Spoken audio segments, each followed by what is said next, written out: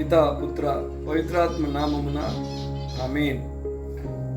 రేపు దినము జూలై నెల 21వ తారీఖు 2024 పున్నమి.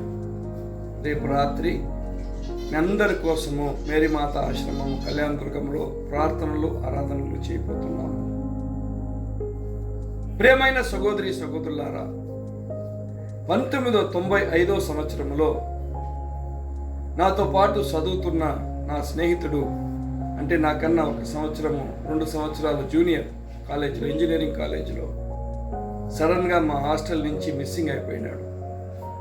ఎక్కడ వెళ్ళాడు, ఏమయ్యాడు అని మాకెవరికి తెలియలేదు. ఒక 5 దినాల తర్వాత పక్కన ఉంటున్న ఒక చెరువులో ఆయన శరీరం మాకు దొరికింది. నీళ్ళలో మునిగి అతను తను తాము ముగించుకున్నాడు.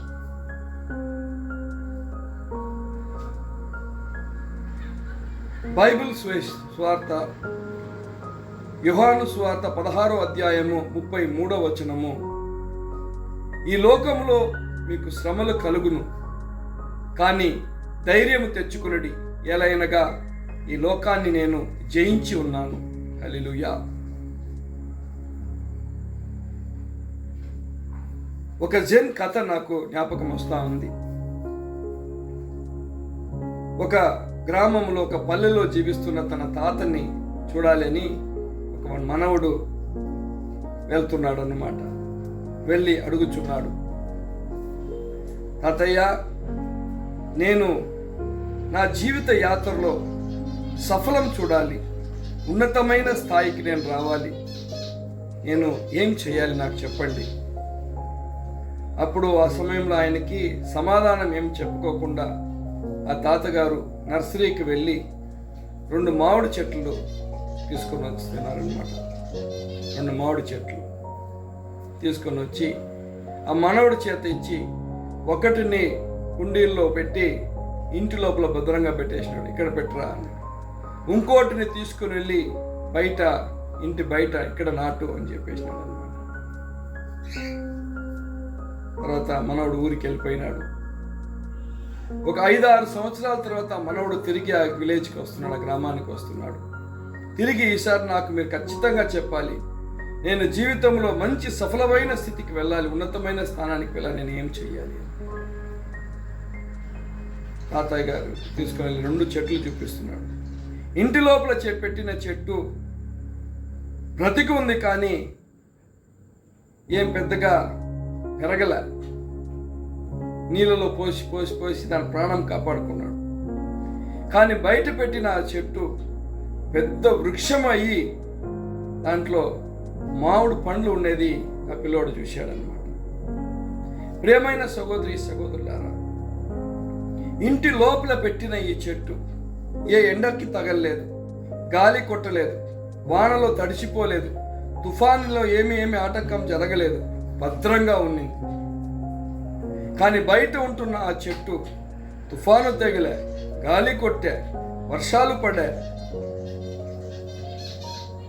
అన్ని రకాల ఈ వాతావరణంలో జరుగుతున్న అన్ని కార్యాలకి అవి సిద్ధమైందనమాట. మన జీవిత యాత్ర కూడా ఇలాగే ప్రియమైన సహోదరి సహోదరులారా, శ్రమలు, ఇక్కట్లు, ఇబ్బందులు, బాధలు, కష్టాలు ఎదురవుతున్నప్పుడు మనం ఇంకా బలపరచబడేది మనము గమనిస్తున్నాము. అందుకే యేసయ్య ఎక్కడ కూడా మనకి మన జీవితంలో అస్సలు ఇబ్బందులే కావు, ప్రార్థన చేయి, బాధలే కావు అని చెప్పలేదు. స్పష్టంగా బైబిల్ వాక్యం సెలవిస్తుంది, ఈ లోకములో మనకి శ్రమలు ఉంటాయి, కానీ ఈ శ్రమలంతట్లో మనము ఒంటరిగా ప్రయాణం చేయట్లేదు. యేసయ్య మన తోడున్నాడు. ఈ శ్రమల నుంచి, ఇక్కడి నుంచి, ఇబ్బందుల నుంచి మనం బయటకు తీసుకువచ్చేకి యేసయ్య మన తోడై ఉన్నాడు. ఈరోజు ఈ పున్నమి రోజు ఎందుకు ఈ వాక్యం ధ్యానిస్తున్నామంటే, నేను జీవితంలో పడుతున్న ఈ శ్రమలకి, ఇన్ని ఇబ్బందులకి, ఇక్కట్లకి ఆత్మహత్య కూడా ఒక మార్గమేమో అని కౌన్సిలింగ్లో ఎంతో మంది ఏడుస్తూ నాతో చెప్పేది నేను గమనిస్తున్నాను. ఆత్మహత్య చేసుకోవటము నిశ్చయముగా దేవుని మార్గము కాదు, జీవించి సాధించి చూపించాలి. ప్రియమైన సహోదరి సహోదరులారా, అదే కాలేజీలోనే దాని తర్వాత ఎంతో మంది మేము చదివాము. 2 సంవత్సరాలు కాదు, 3 సంవత్సరాలు ఫెయిల్ అయిన వాళ్ళు కూడా ఉన్నారు అక్కడ. వాళ్ళందరూ కూడా తన జీవితంలో ఉన్నతమైన స్థితిలో ఉన్నాడు. 2 సంవత్సరాలు ఫెయిల్ అయిన వాడు ఈరోజు మన భారతదేశం గవర్నమెంట్ జాబ్లో ఉన్నాడనమాట. ఒక మంచి స్థితిలో పనిచేస్తూ ఉన్నాడు అదే కాలేజీలోనే. వాడికి శ్రమలు కాలేదా? వాడు అవమానపడలేదా? సమాజంలో లేకపోతే బంధువుల మిత్రుల మధ్యలో వాడు అవమానానికి గురి కాలేదా? అన్నీ అయినావు, కానీ జీవించాలి, సాధించాలి అనే ఒక తపన వ్యక్తిని ఉన్నతమైన స్థాయికి తీసుకువెళ్తుంది. కంపోజ్డ్గా, సెక్యూర్డ్గా నేను ఇంట్లోనే ఉంటాను అనేది మార్గం కాదు. బయట ఉంటున్న ఈ ప్రపంచంలో ఉంటున్న సమస్యలు, ఇక్కట్లు, ఇబ్బందులు, వాళ్ళన్నిటి మధ్యలో ఒక వ్యక్తి జీవించేటప్పుడే దేవుడు కూడా వాడికి తోడై ఉన్నాడు. Praise the lord, hallelujah, amen.